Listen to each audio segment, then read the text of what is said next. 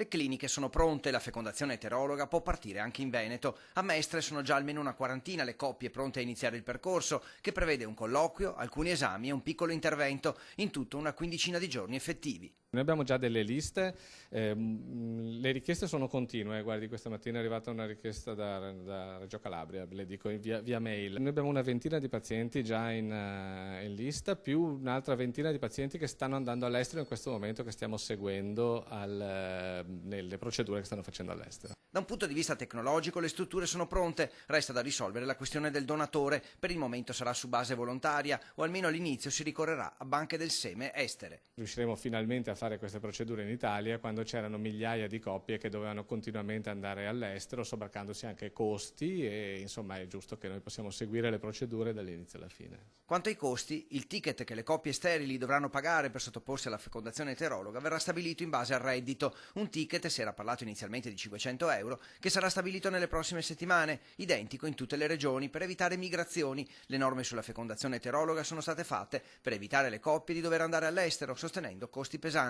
Nei centri privati invece tempi d'attesa molto più brevi e costi ovviamente più elevati, nell'ordine di qualche migliaio di euro. Quanto al nascituro, unica garanzia quella del gruppo sanguigno compatibile.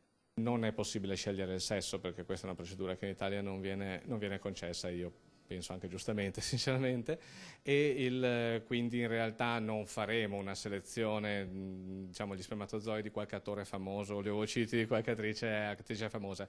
Cerchiamo di dare un bambino a coppie che vorrebbero averlo e non ci riescono.